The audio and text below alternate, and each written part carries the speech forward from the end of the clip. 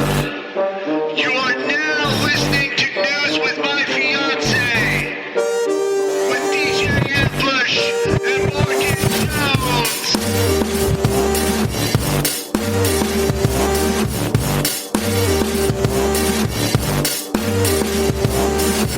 Good morning, good morning, good morning. Welcome back to News with My Fiancé with Morgan Jones and DJ Ambush, right here on your radio, or maybe it's playback and it's on your phone, but it's still on X-Ray FM, huh? It's on your FM dial. It's on your FM frickin' dial.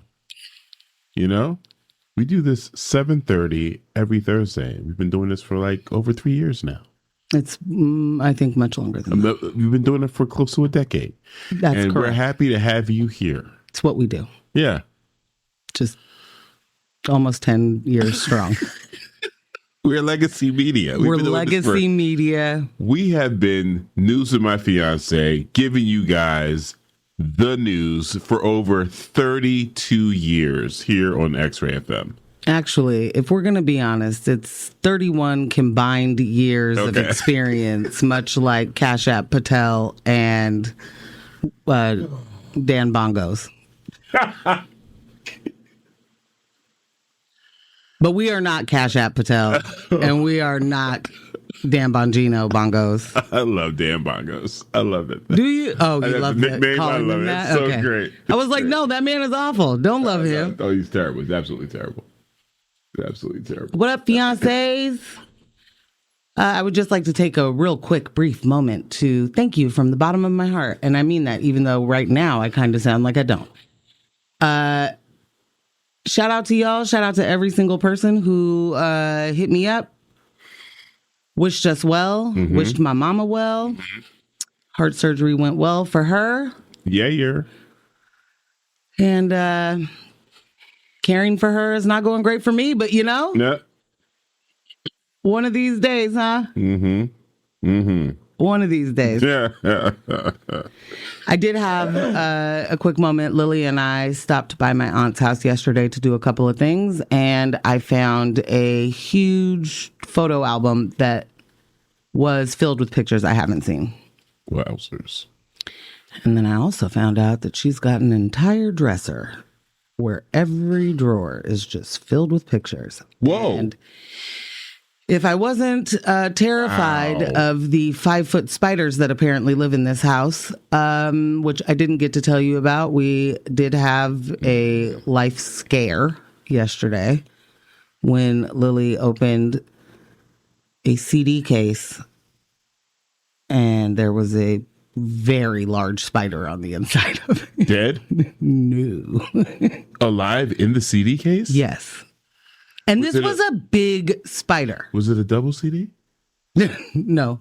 It was the Dixie Chicks. I don't remember what. The Dixie Chicks are harboring demon spiders in their... Yeah, I think it's probably because they still had Dixie in their name. Yeah.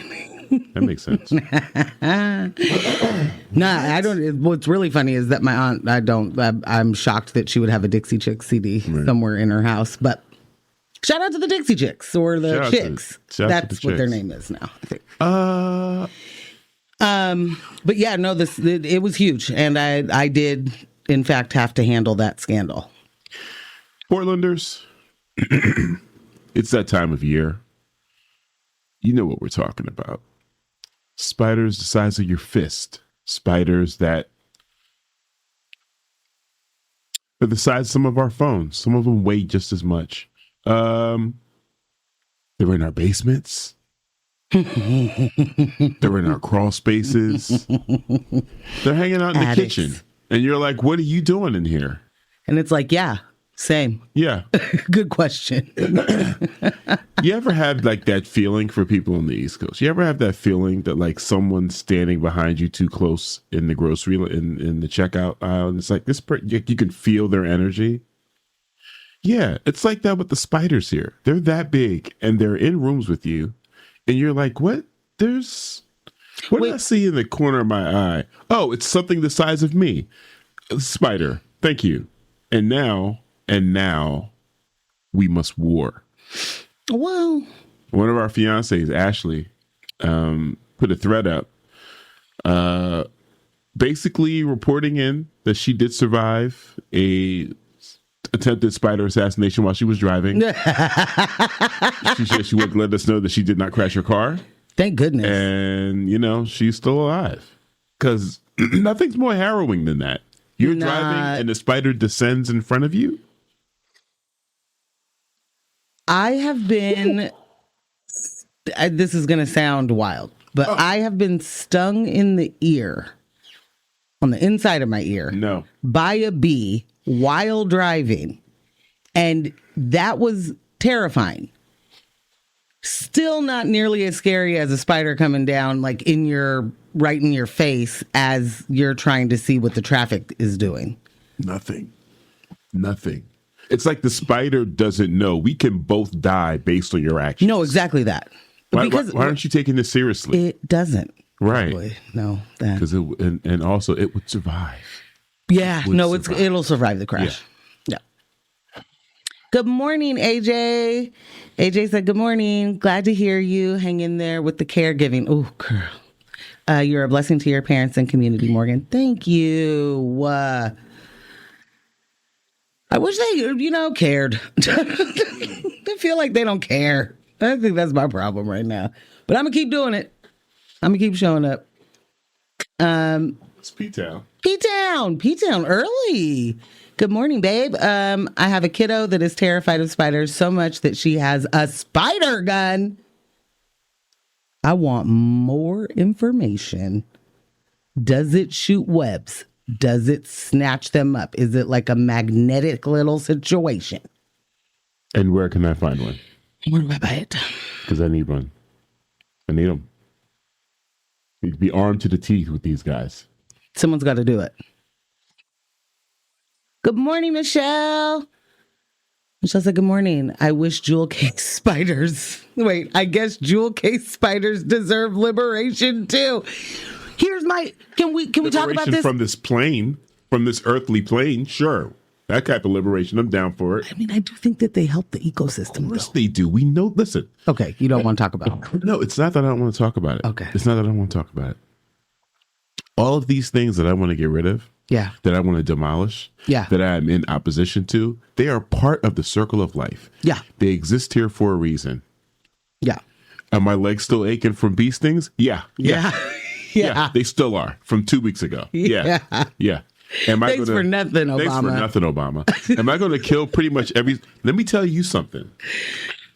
On my way... You're not going to kill any bees, I'll tell you that. No, I'm not. I thought you were about to say that. No, we're not. Let's cut that out right now. On my way to my appointment yesterday... Yeah.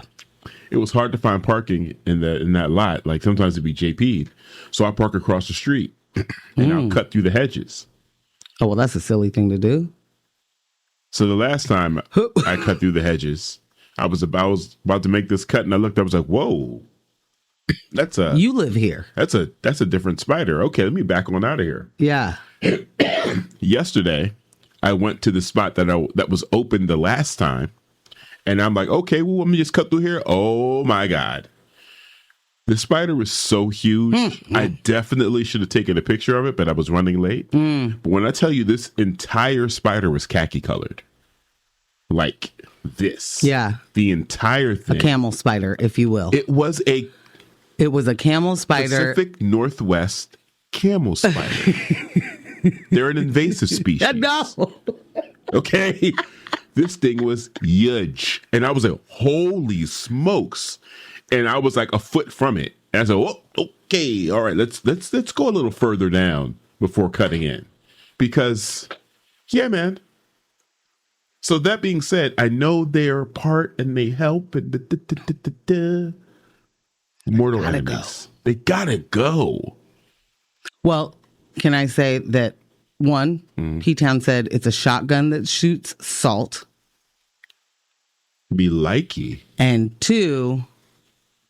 She said, and this, I think we could probably just wrap the show after I say this. Spiders as security guards. No one's grabbing those jewels. Write it down, take a picture of it, do whatever you have to do to remember that forever. If you got something valuable, spiders as security guards. I'm in. I'm absolutely in. You know, P-Town? Deploy the spiders. I think everyone's running. Okay. No, I'm in. This is genius. I'm in. I feel like it's interesting when you put it in that, in that dynamic. Yeah. Now my whole relationship to spiders change. I want them to unionize. I want to make sure that they're treated fairly, that they have the things that they need while working. It's amazing what changes your level of empathy so quickly. If you're going to be working and protecting our valuables, I don't want you to be exploited. I don't want that. I do. What will you pay the spiders with? I'm sure they're going to want flies, random bugs. Yeah. Small birds, depending on the size of the spider. The camel spider that you saw. This is what I'm saying. On, it's going to want near MLK, it's definitely. It's going to want a hummingbird. Yeah. It's going to want a hummingbird. You know what? Okay. If we're talking about spiders entering the labor force, then it's a different conversation. P-Town, do you see what you did?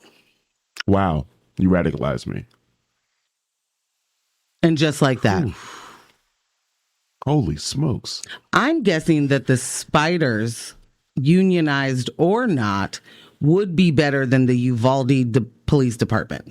In every Altogether, especially in guarding the valuables. I think if that doorway opened and, a bunch of spiders came down, shotgun or not, AR-15 or not, fam's running out of there. You get a spider web in the face, fam, there's panic.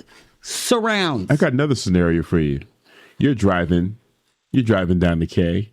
Yeah. And you look in your rearview mirror and you see a spider just descending behind you, right? Right behind me, or right like behind you in the back seat, further back in the car. A little further back in the car. Okay. All right. So that's option A. Again, you're driving on the K, and you see a Uvalde police officer sitting in your back seat. Which one of those two? Which one of those two scenarios are less favorable? Morgan Jones. A police officer being in the back of my car uninvited. Uvalde specific. Well, especially because they're going to lie about me. They're going to lie about me. Like, you broke in my car and sat in it and laid in wait. Yeah. And then you lied about me and said that, like, I stole your car and you were in the back seat while driving, having a nap. Yeah. And then I tried to kidnap your baby too. Yeah. If you're wondering why I'm talking about Uvalde police, I just real quickly have to say that little news came out that more lies from that department. And I know you're shocked. Hold on to your hat. If you'll remember, they let us know that there was a teacher who did not close the door. And that is how the shooter got in. There is video of the teacher so the doors are supposedly auto lock, right? Like the bar doors. And there was a rock holding the door open. The teacher sees some suspicious activity outside, runs to the door, kicks the rock out of the door, closes the door, and then goes into the school, back into the school to warn as many people as she can. There's video, you see her telling kids, get in your classroom, get in your classroom. And then there's video of her checking the hallway, closing her door and turning her light off. The police have lied about this woman this entire time, saying that she didn't lock the door, saying that she had just hid, that she ran to her room and hid. All the while knowing that this video exists, all the while knowing that, and I will say, if you didn't know, which is not the case. Yeah. But if you're the police and you didn't know that the school's video shows her doing what she did, what are you good for? I mean, like, What does investigate mean? What kind of questions are getting asked around here? But this is a needed reminder for a lot of folks that when the police talk, you need to not care. Mm-hmm. You need to not hold that in your mind like it's true. They be out there making stuff up. Completely. They make it up and then they retcon it later. Get together in the car and chat about it. Well, we could probably 296 this one or whatever. You know what I mean? Whatever. You got to put the 312 on it. Morgan. I don't know. Police talk. What's the 312 one? Yeah. That's shorthand for you gotta make framing it up. somebody. Yeah, framing somebody. Hey. And the police wonder why we choose the spider. They wonder why we choose the spider. As we were on our way in here today, I was telling you about that whole thing, and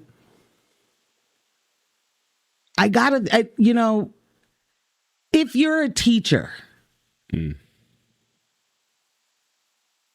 and you are doing your best to not just keep these kids safe and keep these kids learning and keep these kids in decent enough mental shape when they are going, through, it's hard being a kid. Going through all the different things that it means to be in a public school. Their job is not supposed to be dangerous. It is not supposed to be dangerous to be a student. This is something that you have to do as a student. There's not a lot of choice. It's either you're going to go to school or you're going to get homeschooled, and well, depending on the home. But point is, police officers sign up for this. Police officers sign up with their own fake stats that say they have the most dangerous job in the world. And during that police academy, they're going to tell them, you're the bravest and you're running into the fire and you're da-da-da-da-da. Those police officers got there and literally cowered. They got there and was like, where is Bruce Willis? Because someone's got to get in there. To put on a tank top and crawl through some vents. Some ducts. Yeah. And some duct work here. Yeah. We're not qualified for this. No. We train the kids on what to do if there's a school shooter, but we don't necessarily know what to do. And there's my point. Somebody check with the kids. It is more dangerous to be a teacher or a student than it is to be a police officer, in my opinion. Now, you said... Now, I don't know if what? I said what? Now, you said don't believe the cops, right? I did, and I mean it. And someone said, wait, anti-ice written on rifle shells and Sharpie isn't to be believed? This is a good question, Fiancé. Morgan, what say you? They found evidence. It says anti-ice. Those are anti-ice bullets. I think it's a lie. Yeah. I think that if this was the max left, that is so dangerous and has been causing all the terrorism in this country. Mm-hmm. I think if they were mentioning ice, I think there'd be a different word that's 4 letters before the word ice, and it doesn't start with an A. Yeah. I couldn't imagine ECE saying anti-ice coming straight from the underground. Fam. That's not how we talk, guys. There's usually F words involved. FCC will when how we really feel about ice, but we're not saying anti-ice. No, you can say I am you can. People say I am anti-ice. You don't write that on a bullet. People who are anti-ice usually don't say anti-ice. They usually get classified and called anti-ice. Better. We're usually like, we're pro this, we're pro that. You know what I'm saying? We're like, I'm anti-ice. Okay, are you a narc? Why are you talking like this at the rally? Hello, fellow kid. Right. Hello, fellow protester. Get out of here. 21 Jump Street A. I'm not falling for that crapola. A spider and a cop in the woods. What one would you pick to fight? I want the spider every time. I want the spider every time. To fight? If it comes out on top, it's not going to lie on me and say I deserve to die. Okay. Okay? That's fair. You know? If a man-sized if a man-sized spider wobbles out of the cop cruiser, Whoa! I've done my job to evolve the policing system. You're welcome. Woo! I don't know which fiance this is, but you're diabolical. Oh, that's P-Jam. Peter, You're diabolical. that is dangerous work there. A man-sized spider. What in the Also, Harry to say Potter is wobbles happening? out of the car, that just makes me see it. Great work. Great work. Ooh. Great work. And no thank you. No, thank you. No, thank you. I guess we should probably say what we plan to talk about, and who knows, you know? Yeah. We didn't have a Monday show. Was I not here last Thursday? It's been so long. Oh, yeah. You weren't. I wasn't here last Thursday.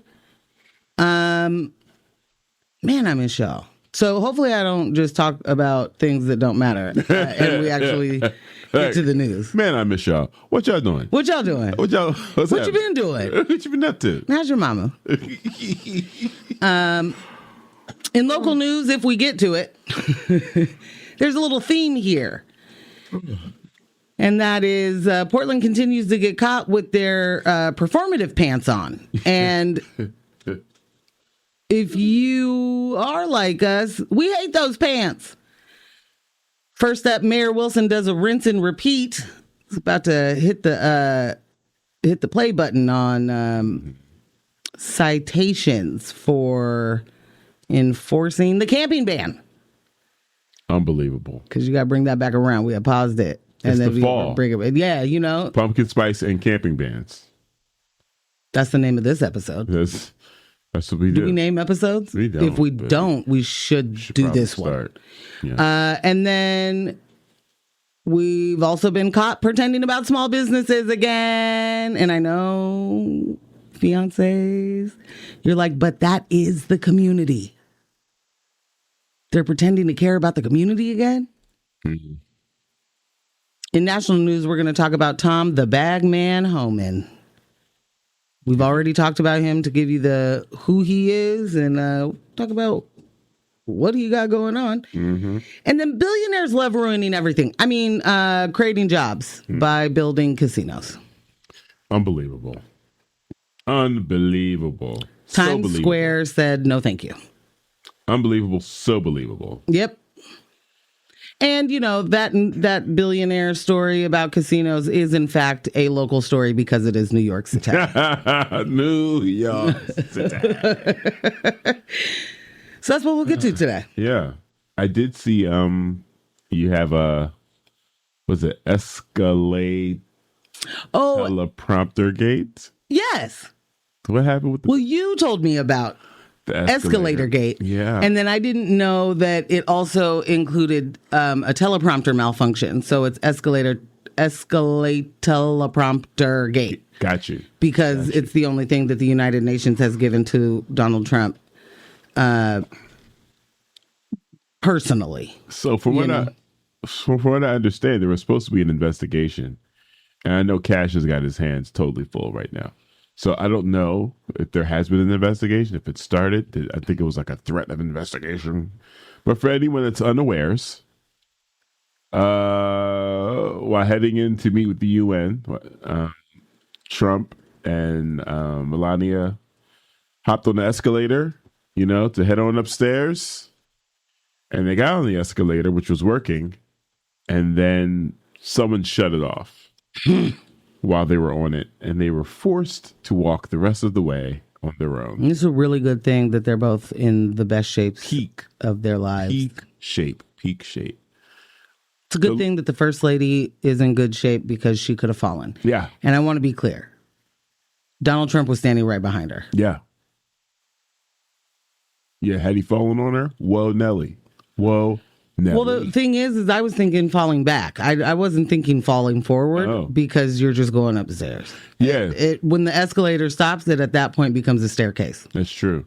And so, I feel you. You know what I mean? I thought you were saying like at the stopping, the jolt causing the fall, but you're just saying the fall just because you're ascending, gravity doing its thing. No, bring you back down. Well, yeah, yes, sure. Okay. I'm just saying that you would jerk potentially. We didn't really see a major.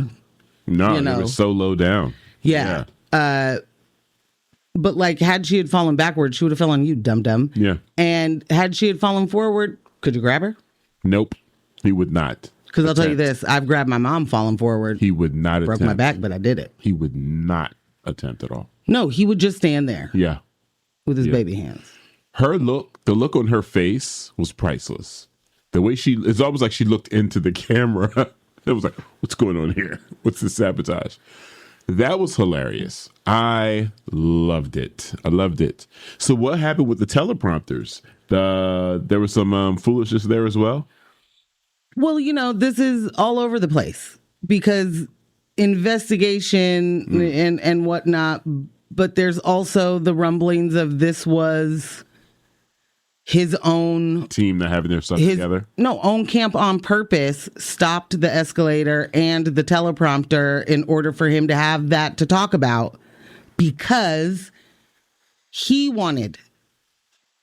bid on, making that building. The United Nations building, like he, as the real estate billionaire that he's supposed to be, magnate, that he didn't get the bid. He had bid like, I don't know, hundreds of millions of dollars, and it ended up being, billions of dollars is what he said. I don't know. And this was supposed to be like, I could have gave you escalators that work. I could have, you know what I mean? It would. So, but that's a rumor. I don't know what's confirmed. Nothing that comes out of this White House makes any sense. That's not news. None of the news surrounding this White House makes any sense. Like, none of it. It's all so stupid. But the other thing to me is, like you said, there was going to be an investigation into why the escalator stopped. Into who stopped it and tried to embarrass the president. What a waste of time. Walk up the stairs and shut up. 2025 America. See your life. You're listening to X-Ray FM at KXRY Portland at 91.1 and 107.1 FM, and in Nehalem, Wheeler, Manzanita, and Rockaway Beach at 91.7 FM, streaming online everywhere at xray.fm.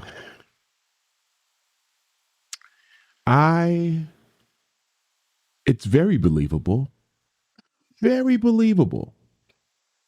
this would be an inside job in order for him to have something to complain about. Very believable. He is constantly preoccupied with the most important things. And this is something of great import. Okay? Him not being able to acquire this building and being able to expose to the world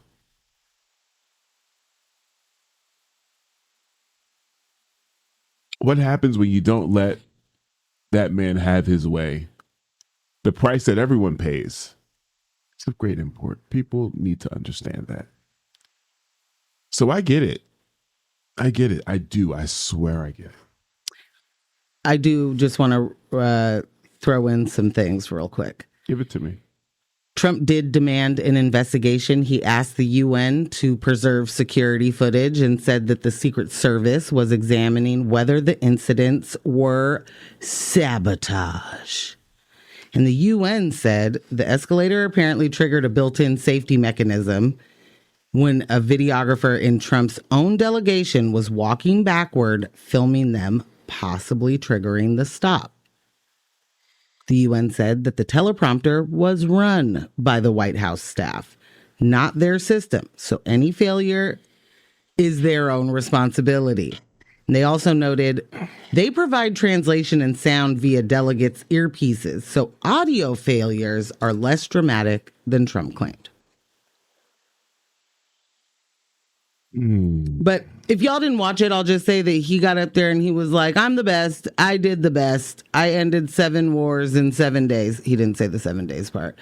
I was right about everything, and it's a best-selling hat. And I don't say this braggadociously, but I was right about everything. And I usually am because... Me.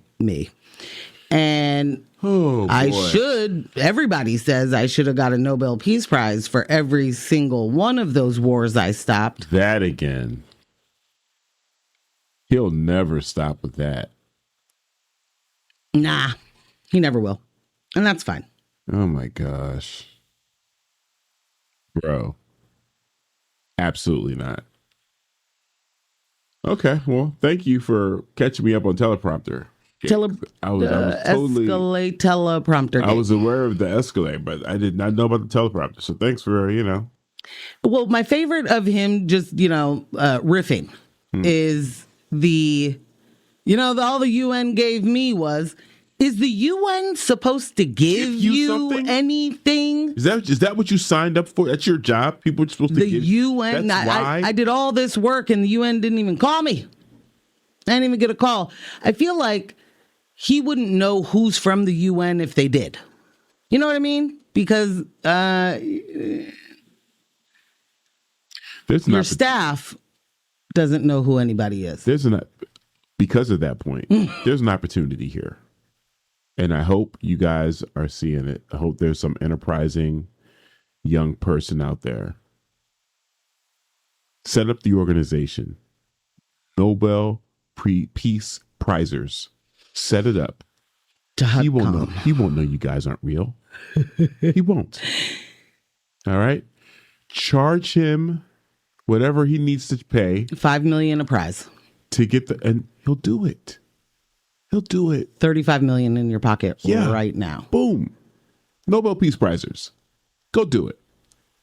He'll have Tom Homan come out, pay you, pick up the awards. Just make sure it's elaborate. Make sure the ceremony in which he is receiving these Nobel Peace Prizes are elaborate.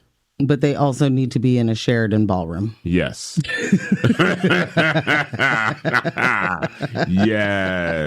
Yes.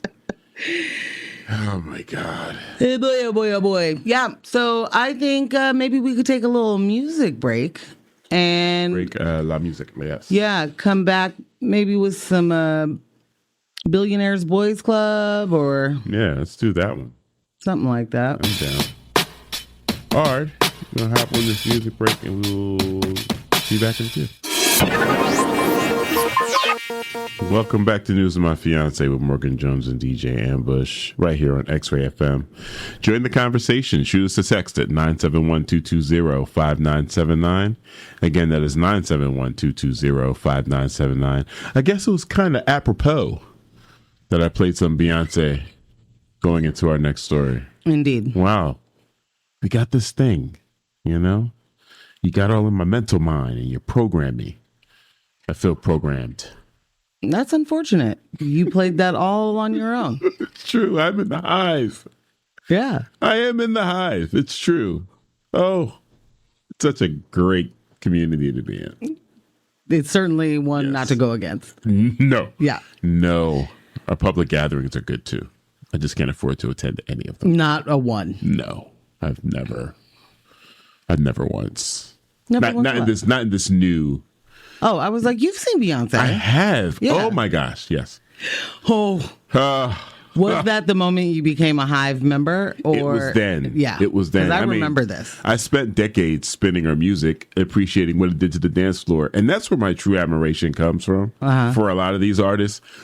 If you make my job super easy and you give me these moments, then it's just like, I owe a debt to you. Oh, interesting. And through Destiny's Child to her solo career, I mean, incredible moments has kept in the club. dance floor moving. Yeah, I issue a similar, not to be like put on the same level, but a similar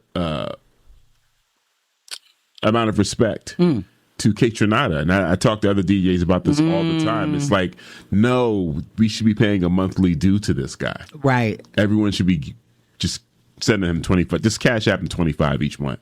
Just do it. Just do it. Because he runs it. He absolutely. The Neptunes, it was a similar thing. Like, you know. So, yeah, when I saw her live, then it was like, oh, where do I submit my membership application to the Hive? Your blood Because this is Broadway. Must be part. This is Broadway. This is incredible. Yeah. She puts on a show, man. Quite the show. Yeah. Quite the show. Well, that lady's husband is at it again. Boom. Everybody. That's where we were going. Jay-Z with Rock Nation and Live Nation teamed up with Caesars Entertainment and developer SL Green, which is one of New York City's largest real estate developing firms, on a $5.4 billion bid to drop a Caesars branded casino smack dab in the middle of Times Square, otherwise known as the heart of Broadway. They pitched it like a win-win, more tourists, fuller hotels and restaurants, and a Broadway boom. They even dangled a civil rights museum and promised partnerships with minority-owned businesses. Not a civil rights museum in the casino. Well, it didn't say in the casino. But it's part of the build? Well, maybe. Morgan. What? Well, Jay-Z himself said it would benefit all of New York. You know, and it sounds sweet to some until you remember this is the classic billionaire playbook. Flash the money, promise the world, and locals often get left out. And we can just ask Chester, Pennsylvania. Hello. Where Harrah's Philadelphia Casino and Racetrack promised jobs years ago. Hello. Never delivered. Ever delivered. So Broadway wasn't buying it. Actors, stagehands, theater owners, restaurant workers, and neighborhood residents lined up to push back against this casino. Their fear a flood of gambling tourists would disrupt a fragile Broadway ecosystem that is still trying to claw back from the pandemic. Right. Jason Lax of the Broadway League said, quote, a casino can go anywhere, but Broadway only lives here. Hello. And the advisory committee agreed. They voted the project down. Not everyone was on the side of that community. One Reverend Al Sharpton, everybody's best friend, argued that the plan could give Harlem residents a piece of Times Square through a community stock offering,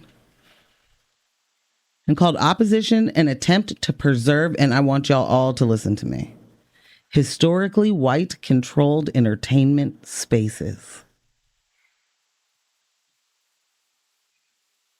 Just let you know that that's the weaponization right there of systemic oppression. Is that Reverend Al Sharpton playing the black card? He's playing the race card. I think he threw it down. He was like, I have this in my pocket. He said, I got this and a possible 6. Former NYPD Commissioner Bill Bratton backed the casino with a law and order angle. Oh, Lord. Promising high-tech policing to make the crossroads of the world feel safer. Even our good friend Eric Adams stood firmly behind it, saying, quote, casinos can bring jobs. It can bring stability, tourism. We should not be stopping them at this local level. I don't know if he knows what local level means, because it would be on the local level. Where it would be, the casino. Don't they have enough money to provide high-tech policing right now? We need the casino to come in. Pretty sure they don't. In order. I'm exhausted. Really just not a whole lot of money going through the New York Police Department anymore. Defunded, not a lot, you know. And you know who they had to thank for that? The IDF. Joanne Hardesty. Oh. Okay? Duh! She's defunding police departments from Everywhere. coast to coast. Coast to coast. Let me find out Joanne Hardesty is the Kevin Dahlgren of defunding police departments. defunding police. Lord. All right, let me finish this up. Okay. Because this story isn't just about Jay-Z or revamping Times Square. It's the classic billionaire boys playbook. The lies, the misdirection, the promises that sound good but only serve corporations. They don't actually help the communities they claim to. This is about class and classism and how people who've been on the receiving end of oppression can turn into the oppressors themselves, and capitalism calls that a success story. Yes, I am saying that directly to you, Sean, Corey, Carter, Jay-Z, Beyonce husband, billionaire boy, expletive. Broadway and the surrounding neighborhoods showed up for each other, for the residents of the city, and for the culture that's been living and breathing there for decades. They reminded everyone that community, history, and shared struggle can beat billionaires' cash grabs. So let us all be reminded that there's strength in numbers and there are far more of us than them. For all the indoctrination, the division, and hatred in the air that we breathe, there is no logical reason that the working class shouldn't unite to improve our living conditions, make our work hours humane, and get back what we're owed from the taxes that we pay. When we show up for each other, we can stop their money from calling the shots. And that's important. Boom. And then I just got to say, imagine being Sean Carter standing next to Eric Adams, Al Sharpton, and Bill Bratton talking about, let's do work for community. Bruh. Brooke says, Brooke! as someone raised in a religion that was anti-gambling, I never developed a desire to lose my money.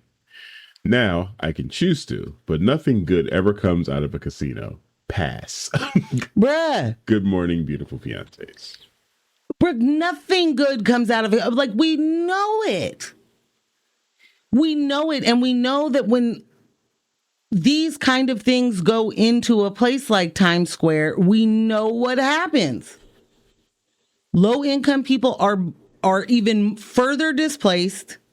They are not giving those jobs to local residents in the way that they claim to. Raises property value, makes it impossible to be able to, the congestion there.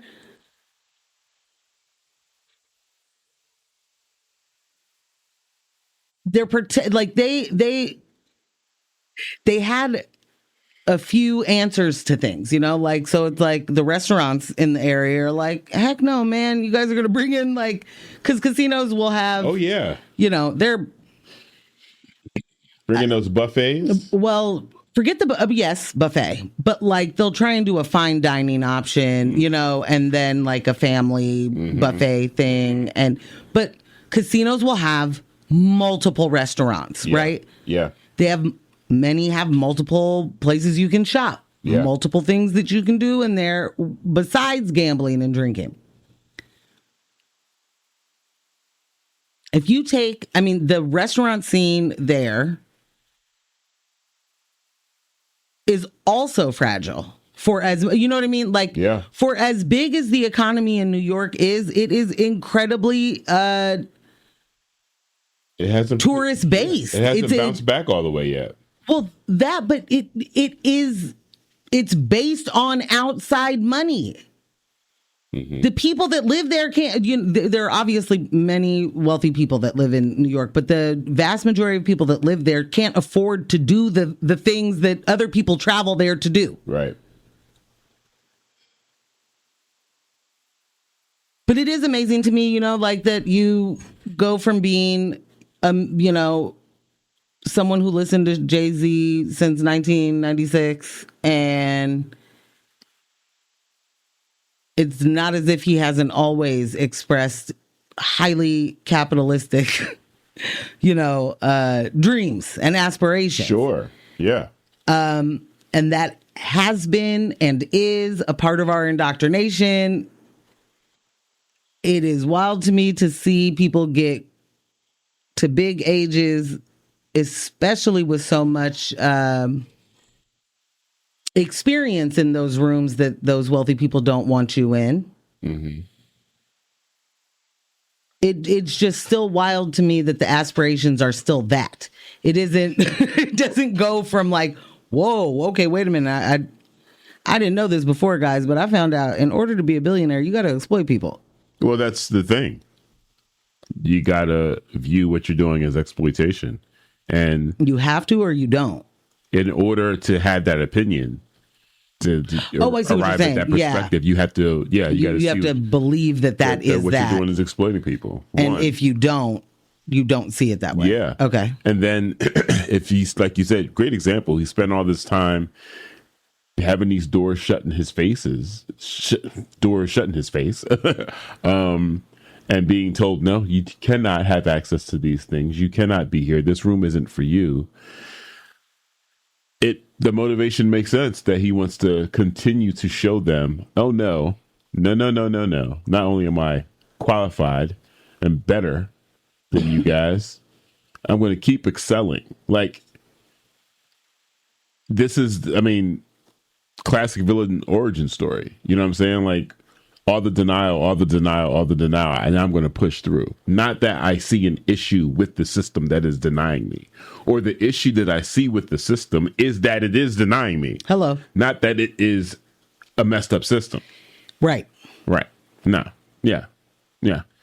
Years of him struggling to be accepted in these circles, it makes complete sense. That part does. Yeah. That part does. And he's also been rich longer than he hasn't at this point. Factamundo. Yeah. There's something to be said about that too, you know? Yeah. Thank you for saying that, because even in us hearing stories about, or him giving us music, not just him, but just the way, the culture works and the industry works and the business works, artists who have deals, who have money, are still talking about the days that they didn't. And they're still talking about it in present tense.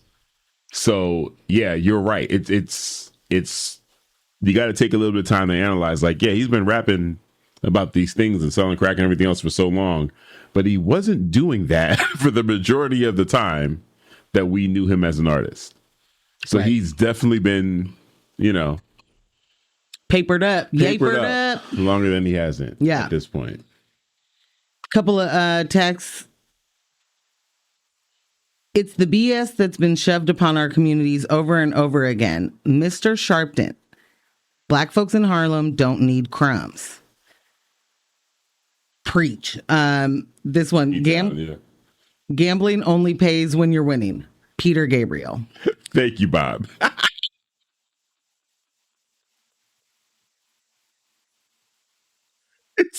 It's simple. It's simple. It's gloriously simple. It's so simple. What? P-Town also said, if they're so worried about the Black folks in Harlem getting some funding, then why don't they just take that money that they're using to buy a property for a casino and just go take all that money to the folks in Harlem? Say what? P-Town. That sounds a little bit too much like common sense.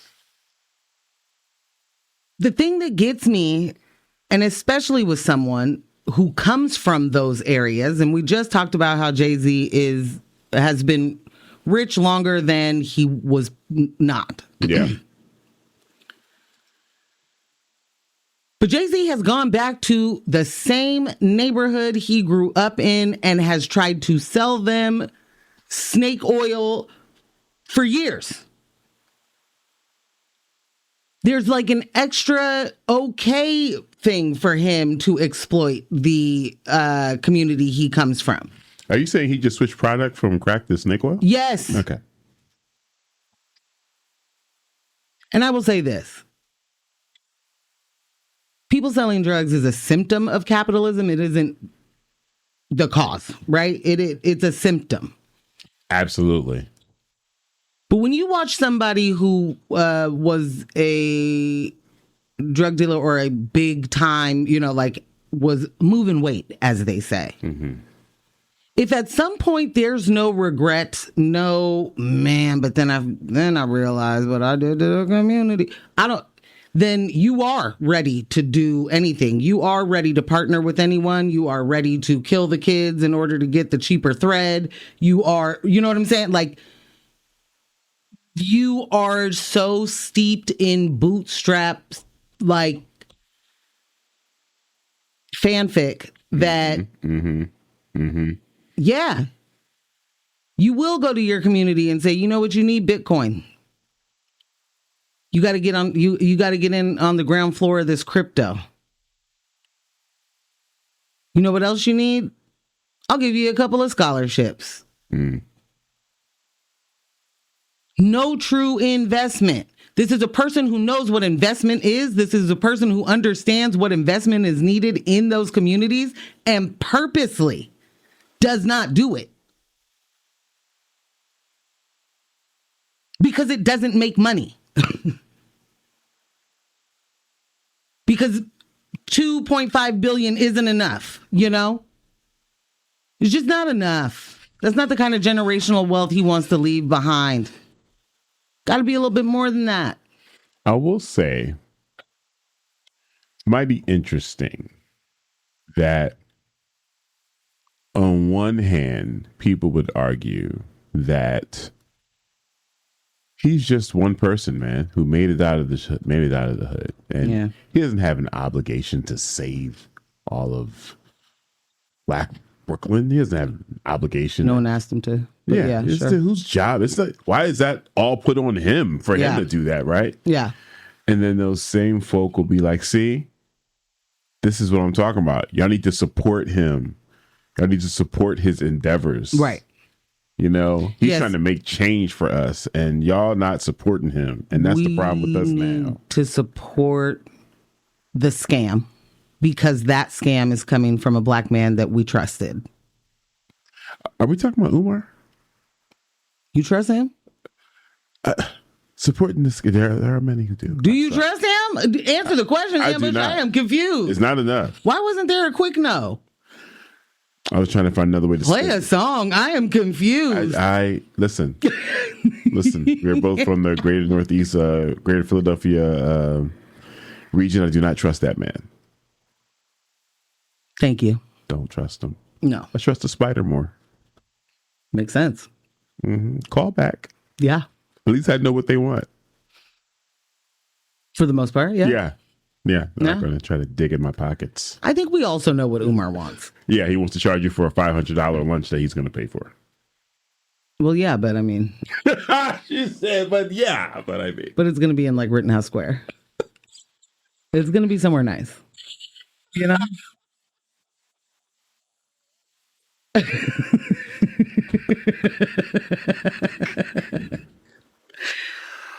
Wow. Okay.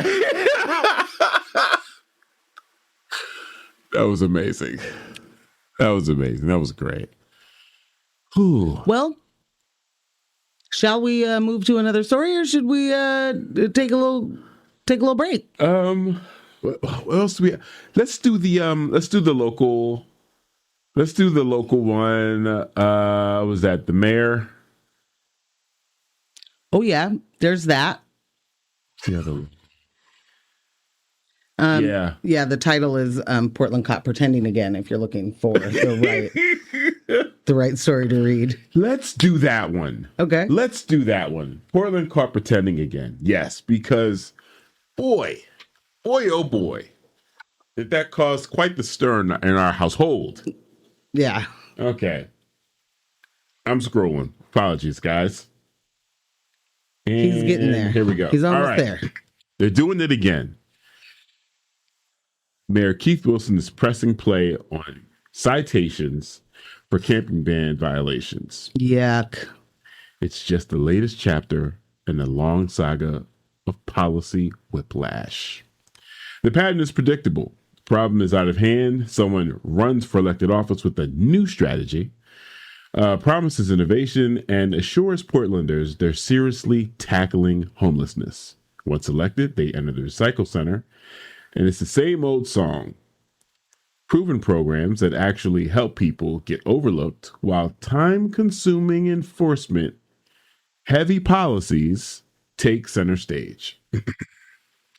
Portland has been flip-flopping for decades, from emergency shelters to sanctioned encampments to sweeps and citations.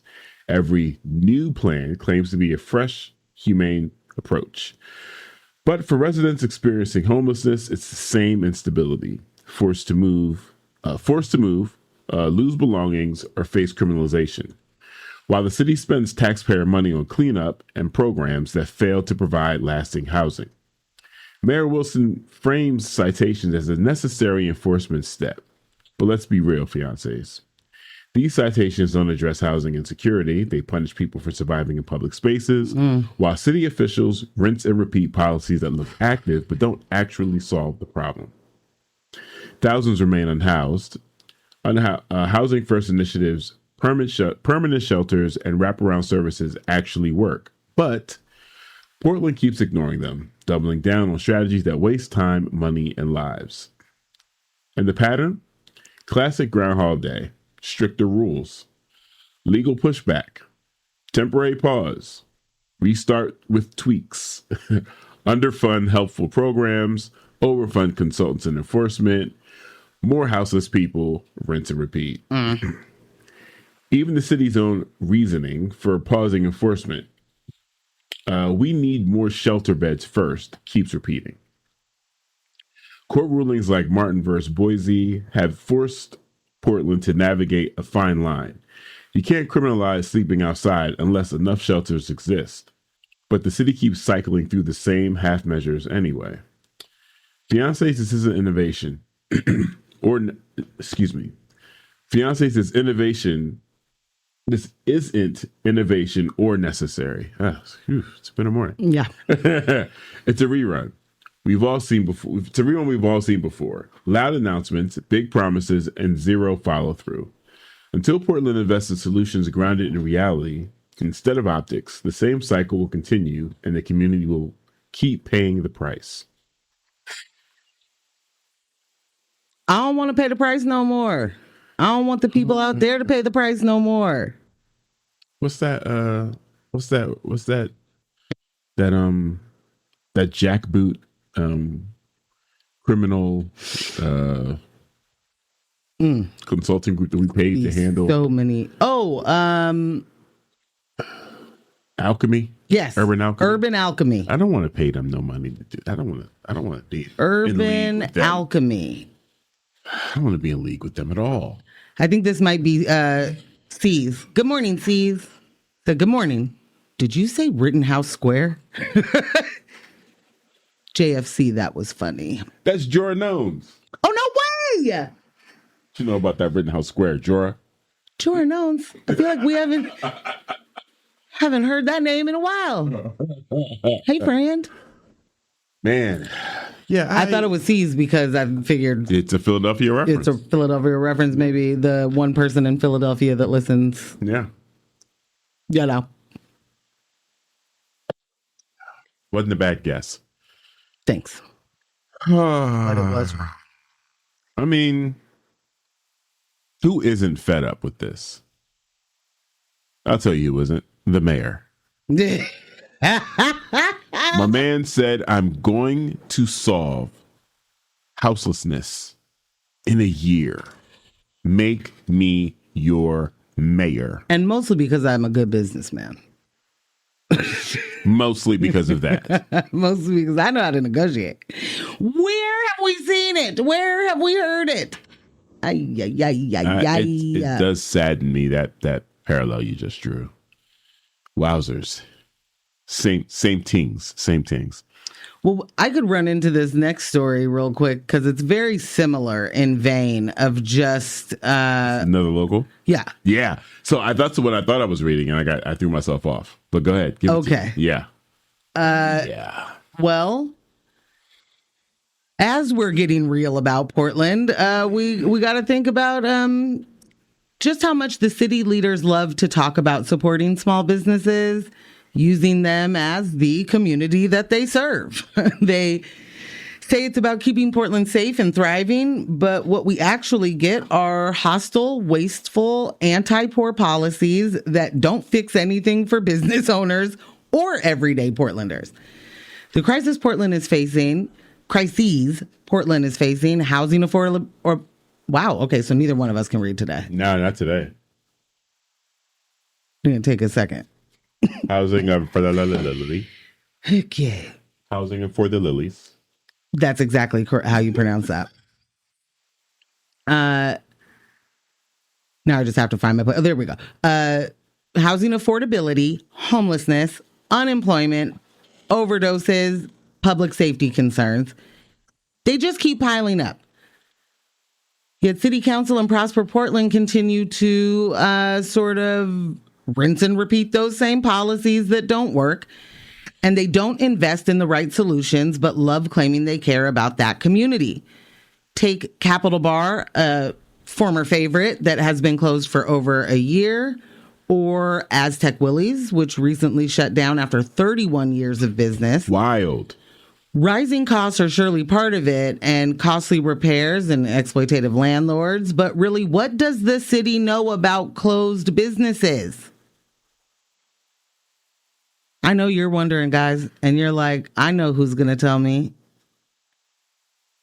Enter Mr. Business himself, Dan Ryan.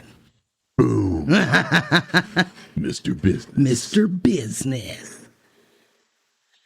The commissioner wants to help businesses, psych sort of a little bit. He's lying. His storefront support program, that's what it's called, proposes tracking empty storefronts across the city, coordinating city bureau responses to crime, vandalism, and nuisances issued, and conducting exit interviews with businesses that close because he still thinks he's somebody's boss. Notice what's missing. No funding to repair vandalized stores, no money to cover rent, staffing, operations, or upgrades, no help with permitting or fees. It's all tracking and talking, not talking about actually giving businesses the support they need. This is literally a performance. This is exactly the kind of half measure that makes you wonder if city leaders are really serious about helping small businesses they claim to serve. I don't wonder. I don't wonder. No. Meanwhile, Councilor Mitch Green is trying to tackle another part of the problem, Portland street vending. Right now, opening a sidewalk business is a bureaucratic nightmare. You need permits, you got to pay fees, and in some cases, you got to get permission from adjacent property owners. All before you can sell a hot dog. Green knows that struggle personally. Excuse me. Years ago, he tried to open a hot dog stand, Green Weenies, and the city's rules blocked him from doing that because the neighboring business said no. His proposal aims to streamline permitting, to cut fees, and remove unnecessary roadblocks, bringing Portland more in line with other cities our size, where street vendors can operate safely without jumping through hoops designed to exclude certain groups of people. A pattern that has echoes in historical policies meant to obviously keep Black, Latina, and low-income entrepreneurs off the streets. Bruh, I just want to set up on the corner and sell pretzels and water. Not everyone's on board with you doing that. And one of the places is the Oregon Restaurant and Lodge Association, which sounds fake. They've expressed some concerns, claiming removing property owner approvals and proximity restrictions could threaten existing businesses, especially in a post-pandemic environment. I just want to say real quickly how weaponized post-pandemic just as a phrase gets. Like, it's wild to me.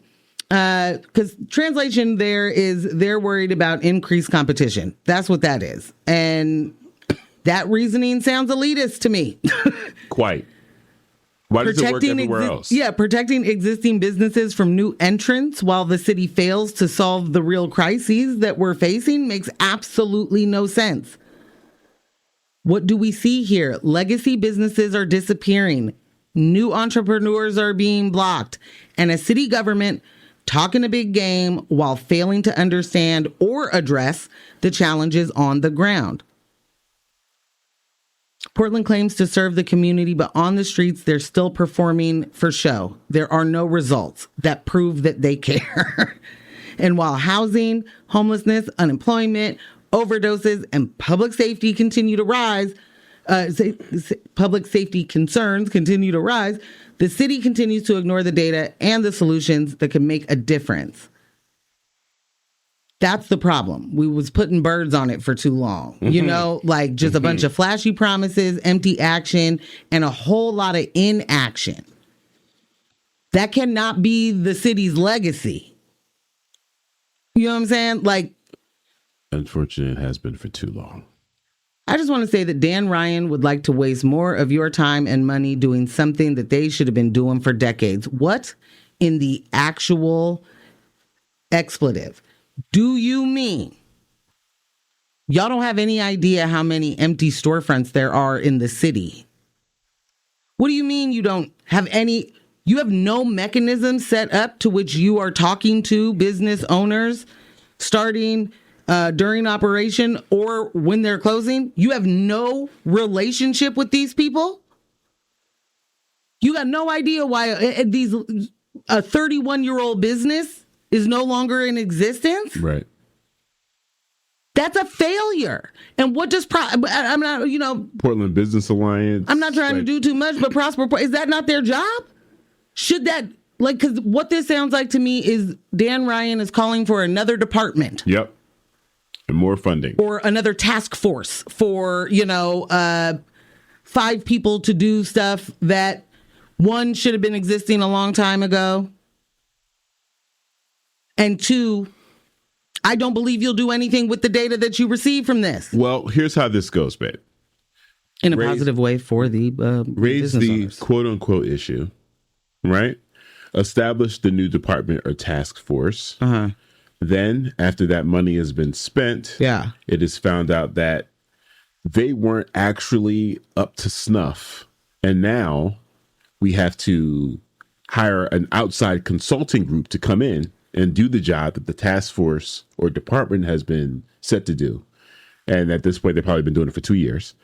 We're bringing this outside consulting group. We're going to pay them 3 times as much to give us a report another 5 years from now.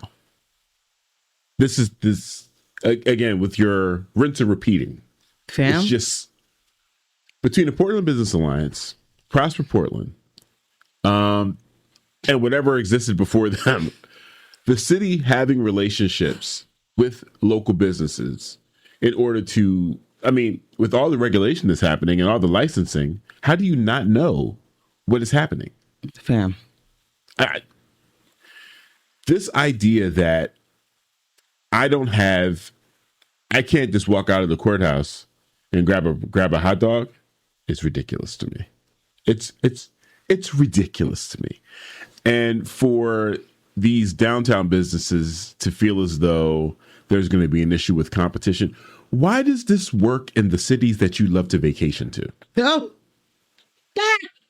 Why does this work in the hustle and bustling metropolitan areas that you love to go to and then come back to Portland to talk about? Be out here eating street nuts. Like, what are you talking about? But you don't want to be able to grab a burrito off the corner. There is street food, street vendors do some of the best work. 1,000%. Some of the best work. Yeah. You're never going to have a better hot dog than someone grills hot dogs on the street. And, there's probably a lot of vegetarians and vegans listening to this, and you're like, super gross. Sorry. Fantastic amalgamation of meat parts. What better when grilled on the street? What better city would there be for it to be the home of vegan hot dog vendors? Real life. What are we talking about? We've lost our spirit and our will to live. Our entrepreneurial spirit has been lost by the permitting and the bureaucracy and the red tape. There isn't a Just kidding. Please know that I'm joking. I am not. Of course. Renee Gonzalez. There isn't a single thing that I've seen local government do that makes sense with regards to wanting to revitalize downtown. We want to get people back downtown, so we're going to extend the parking. We're going to charge more for the parking. Right. I had a conversation with a local business owner yesterday, as one of his locations downtown. And when we brought up the parking thing, he was just saying that he was expressing some of the issues he was having getting the business open and just some of the different, permits and regulations and different hoops they had him jumping through. And then I mentioned, it's not easier. They're not making it easier for us to come downtown with extending the parking. And he said, he brought up something I hadn't thought about in all my complaints about this parking situation. And he was like, yeah, and our employees, they got to pay that parking. Like if they got to come downtown to work, now the parking's extended for them too. And I was just like, holy crap and crap. It's funny that you don't think about that because when you work downtown, you pay to park. Yeah. And I'm always like, can you please not do that? Because this seems ridiculous to spend this kind of money every day. And it is a deterrent for me. I have purposely not worked downtown. Yeah. Purposely. I don't want to pay to go to work. I'm already doing that with however I pay to get there. I don't want to pay to park there. I think it's absolutely ridiculous that you expect me to. Honestly, I do. Yeah. I wouldn't do it. I'm not doing it. I would not do it. I have such a problem with paying to go to work. Yeah. let me give you a quick second here, quick moment here, listeners. Why this strikes such a chord with me? It's because of where I'm from. It's like the pumping your own gas thing. It hits me hard. It hits me right in the gut. Yeah. It hits me right in the gut that I came to the land of milk and honey where I don't have to pump my gas. I could just pull up and the tenant will take care of me. And you guys, you felt like you needed the freedom to get out of the car in all types of weather conditions and get all wet and cold. Snowed on to pump your own gas because freedom. Because freedom, you've been fooled. You've been fooled. Foolishness. And now I'm a little distracted. I'm off the street food. Okay? Back to it. Back to it. If I leave the house, I'm in a hurry. Okay? I hop on public transportation. I'm heading downtown because I don't want to park. Yeah. I haven't got a chance to eat. And I just drop the girls off, whatever. If I'm on my way into work, I know there are at least 5 different street corners I can go to right around to get at the least door you walk into to go to work. 3 different types of foods. Yeah. And one of those is going to involve a breakfast sandwich. Yeah. And then it's going to take I'm sorry. I don't mean to, but I just got to say, we're really missing out. Oh. We're missing out so big. The fact that we do not have quick, easy access to an East Coast breakfast sandwich.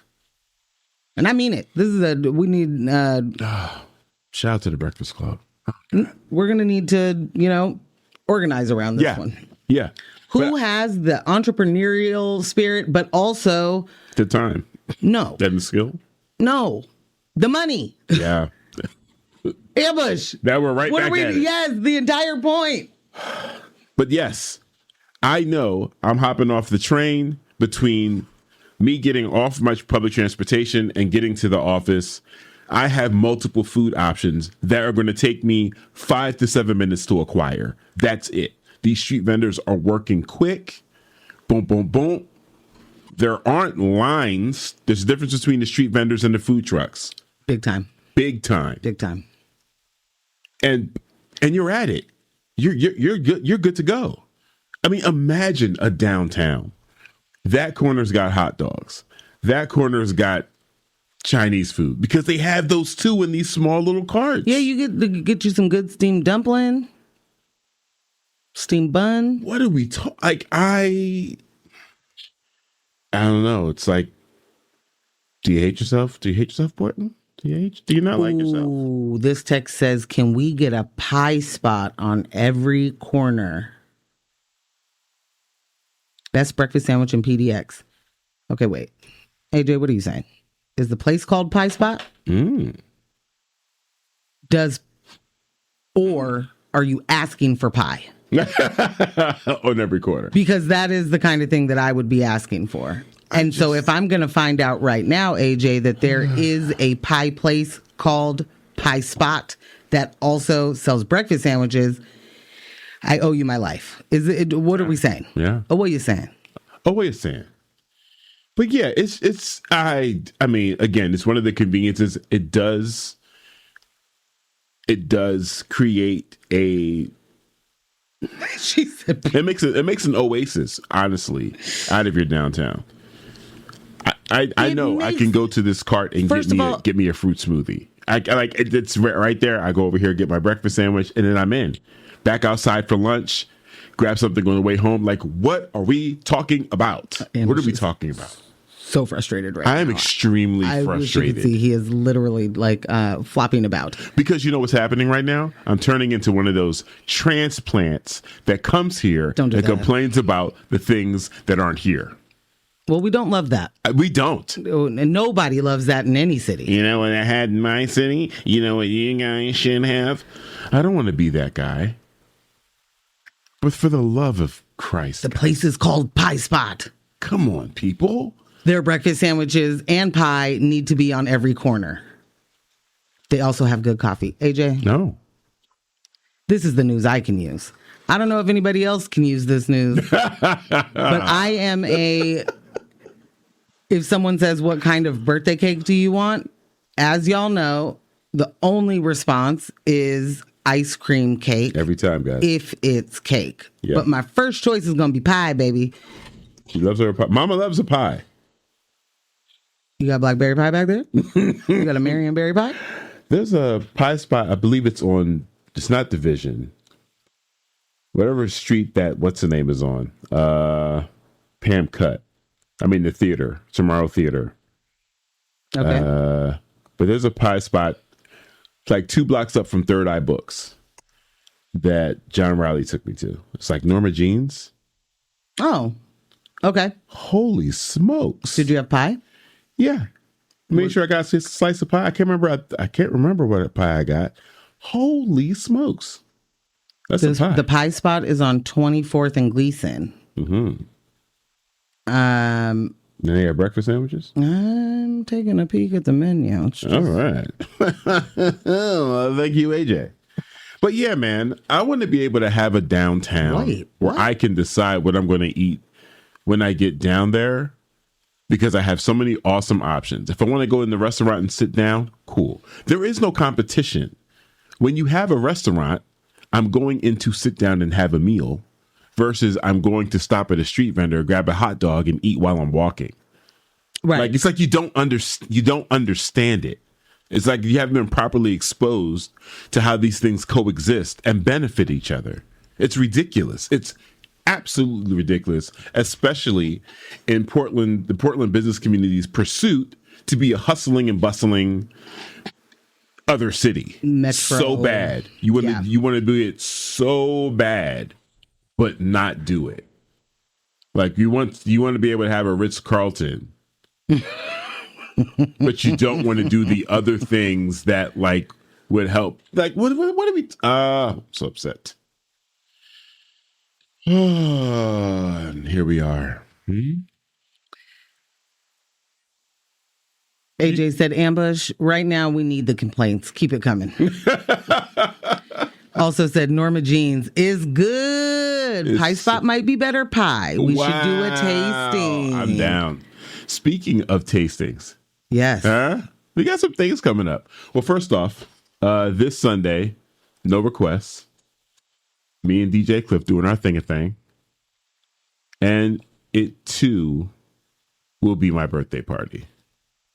And your actual birthday. Actual birthday. I feel like this has happened before to no request. It has, actually. Unbelievable. Listen, last no request, it was AJ's birthday. And it was cracking in there. It was popping. It was popping. This Sunday, no requests, my birthday. We're going to have a good time. Show up, show out. We're going to have a great time. Will you play any Danity Kane? Is there a specific birthday song that you're thinking? Nope. Just Danity Kane and just some DK, huh? Just wondering. Probably not. Oh. For my birthday. So no dancing from me. Okay. Oh. Okay. Yep. Yep. We also have some cooking with Am things happening in November. Yeah. All this food talk. My first pop-up will be in November. Top of the month. That's a big deal. It's a huge deal. You guys know I love to cook, and maybe you don't. So now you just found out. Guys, I love to cook. I guess they'd have to be pretty new to know. Not know. Yes. This is not necessarily appropriate, but I am going to take a moment to give a couple of birthday shout outs because yesterday was my girl Birdie's birthday. And hey, Roberta. And today, to now, right this second, is the number one selector's birthday, Rashonda of Open Signal. YGB Portland. Big Tings, YBG Portland. Yeah. Ba-ba-ba-ba-ba. Happy birthday, Rashonda. I love you so much. Yep. Had to do that. Yeah. And then it's almost Ambush's birthday, which means it's almost my grandma's old birthday. So. That's true. We did share a birthday. We do share a birthday. Did. Boom. Yeah. Yeah. Amazifying. And then look, we're in October, just like that. Boom. So quick. Kind of terrifying. Yeah. So quick. Fourth quarter. You guys had your Christmas shopping yet? Please stop playing. Oh, okay. Sorry. What happened? This text says, Ambush and I have the same birthday. Have a happy one, friend. Pie or cake? Ambush is a cake man, right? I'm a cake man. Yeah. I'm a cake man. For those moments. Yeah, I'm a cake man. I'm a cake man. I don't get heavy slices. I don't get big slices. Yeah. But I'm a cake man. I would like to read this because I don't think you'll do a good enough job. Morgan is 100% correct. We don't need the rest of the text. That's it. We could just leave it there. Make the shirt, print it. Kyle. Bob, don't. Bob, you know how she is. So, but I'll finish the text. Thank you. Thank you, Bob. Morgan is 100% correct. Pie rules. I even had some friends who made me a birthday pie one time, candles and all. Those are good friends, Bob. Those are.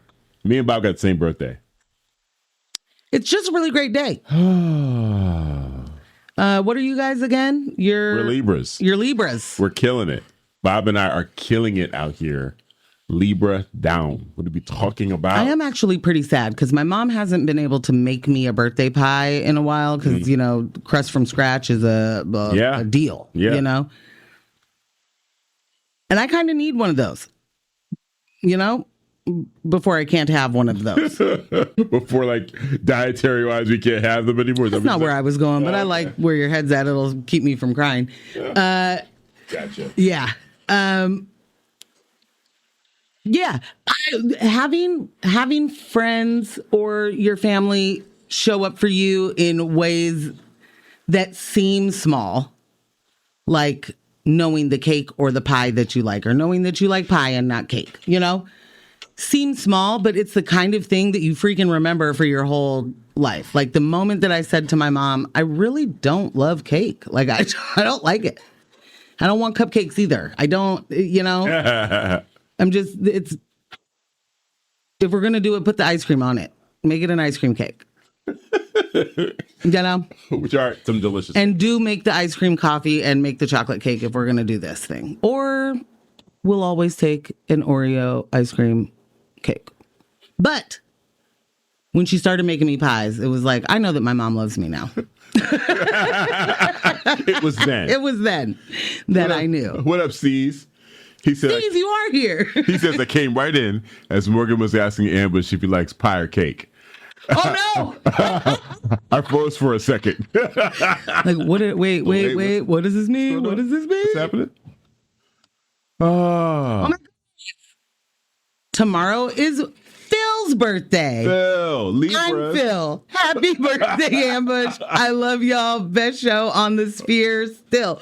Phil. Happy early birthday, Phil. Happy early birthday. Get it popping. September is just chock full. It's stacked. Great people. Great. You know, y'all got it.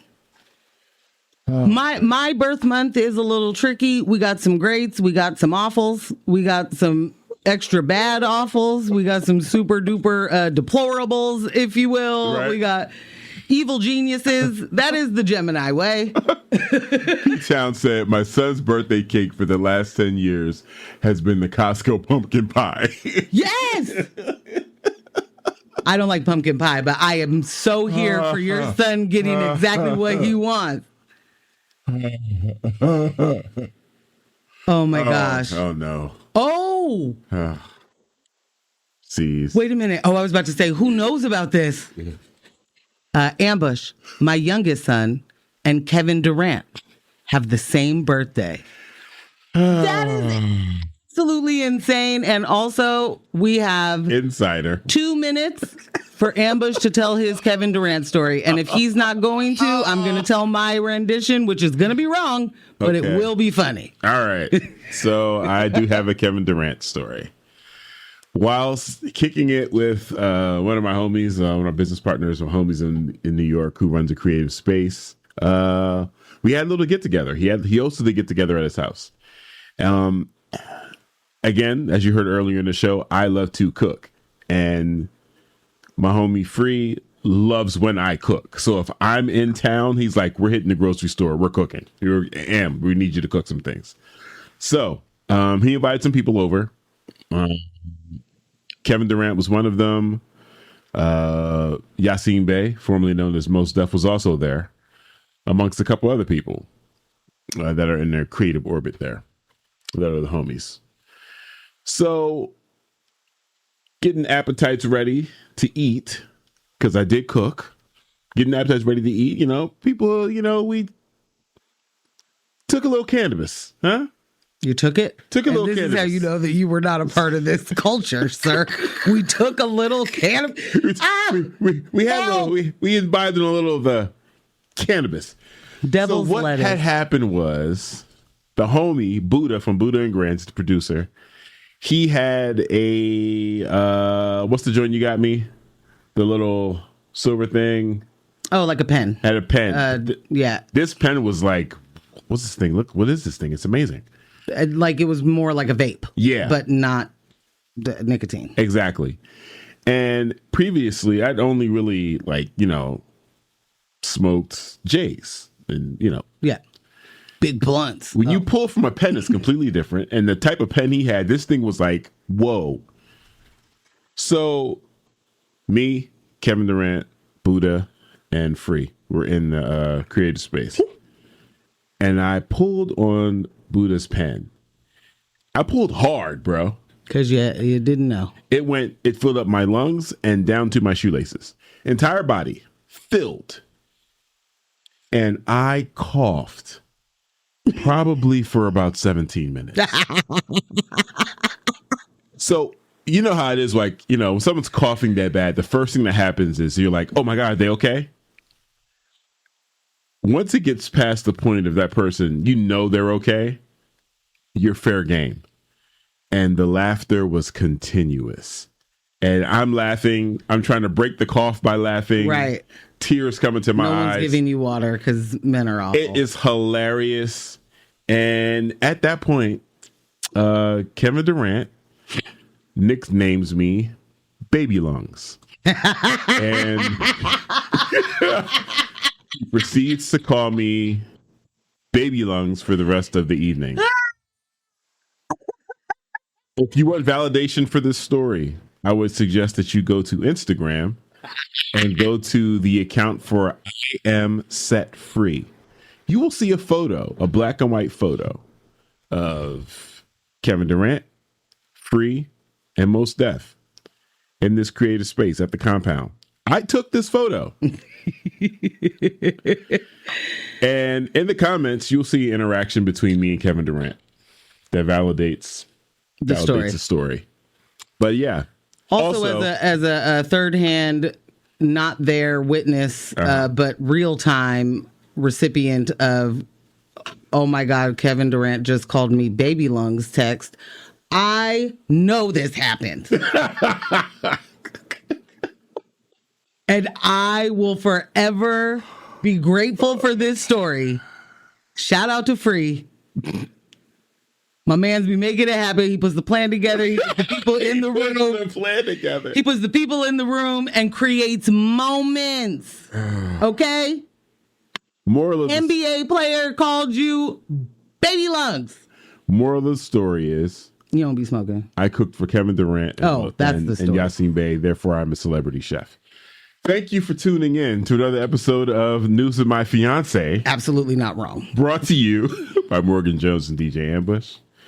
And our illustrious podcast editor, Kyle G, Residual Audio. The playlist is updated. Kyle's going to add in all the texts. I see we got a couple late ones. Yeah. And yeah, this weekend, this Sunday, my birthday party at No Requests, right over there at McMiniman's. And yeah, we're going to have a good old time. But go ahead. I just want to say that this last text that I think that we should read says, I love that Ambush is telling this story. I almost died and we are all crying laughing. Ambush, I almost died. Us. That's AJ. Yeah. All right, guys. So don't let the individuals distract you from the systems. Poverty is a policy choice. People over profits. Power to the people. None of us are free until we are all free. Thank you so much for listening. That's the only reason we're not playing a birthday song. Bye.